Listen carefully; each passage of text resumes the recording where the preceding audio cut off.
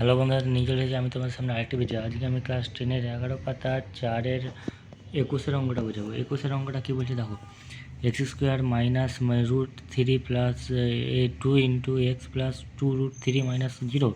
এবার এখান থেকে যদি আমি এক্স স্কোয়ার মাইনাস, এবার এক্সটা আমি ভিতরে যদি ভরিয়ে তাহলে √3x minus 2x plus 2√3 equal to 0। এবার এই দুটো থেকে দেখো এক্স কমন আসছে, এক্স মাইনাস √3, আর এই দুটো থেকে দেখো 2 কমন আসছে, -2 কমন নিলে পরে এক্স, আর মাইনাসে প্লাসে মাইনাস 2 কমন নিলে পরে √3 পড়ে থাকে ইকুয়াল টু 0। আর এই দুটোকে একবার লিখলাম, আর 2x মাইনাস 2কে একবার লিখলাম।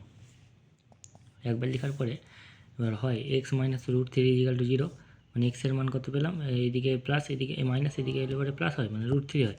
আবার এক্স মাইনাস 2 ইকুয়াল টু 0, এবারে এইদিকে এক্স আছে, এদিকে এক্সের ওই সমানের ওই পাশে যদি আমি 2টাকে নিয়ে যাই তাহলে কী হবে, প্লাস হবে, মাইনাসটা প্লাস হয়ে যায়। তাহলে অতএব এক্সের মান আমরা একটা কী পেলাম, একটা পেলাম 2, একটা পেলাম √3। তা আমরা এইগুলো খুব সহজ অঙ্ক, আরেকবার দেখে নিতে পারো ভালো করে।